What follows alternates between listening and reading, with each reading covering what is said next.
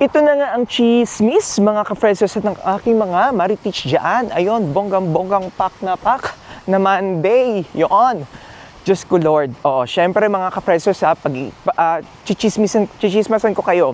So last week, syempre naging usap-usapan yung English level requirement ng UKVI or Visa and Immigration na sa mga skilled worker visa to, ha? Oo. So tinaasan nila, ginawa nilang level B2 level. Oo, ganon.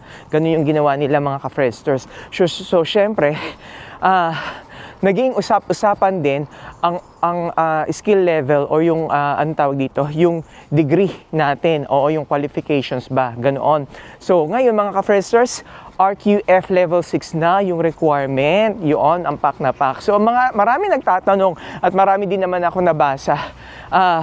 May nagsasabi na pagka may 4-year degree ka sa Pilipinas, often, always, gano'n na, quote and quote, na accredited siya na university,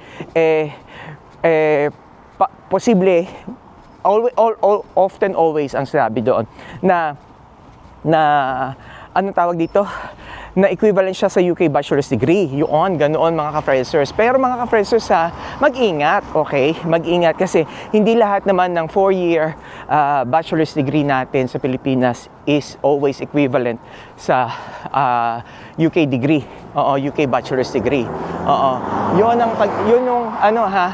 Yun yung isa sa mga mag-ingat tayo, ha? Okay? So, ganito mga ka-freshers, ang mga post K-12, K-12 na mga nakagraduate, so most likely mga ka-freshers, ang bachelor's degree nila is equivalent to a bachelor's degree with honors. Dito sa UK yan, ha. So kung hindi mo alam mga ka-freshers, pwede namang mag-UK ENIC or UK ECCTIS. Pero mga ka-freshers, ito na lang. Mahal kasi yan. Mahal magpa-statement of comparability, ganon, bongga-bongga pak na pak. So ang pwede mong gawin mga ka-freshers, pwede mo naman tanungin si ChatGPT muna, or AI, kung anong mang AI, ilagay mo yung degree mo, kung kailan ka nag-graduate, kung saang university yan, para malaman mo lang, para magkaroon ka lang ng idea. Ganoon ang gawin mo mga ka-freshers. Hindi naman masama gamitin ng AI, di ba? Kaya naman mga ka-freshers, kapit lang, okay? Never stop dreaming, never stop believing, never stop praying.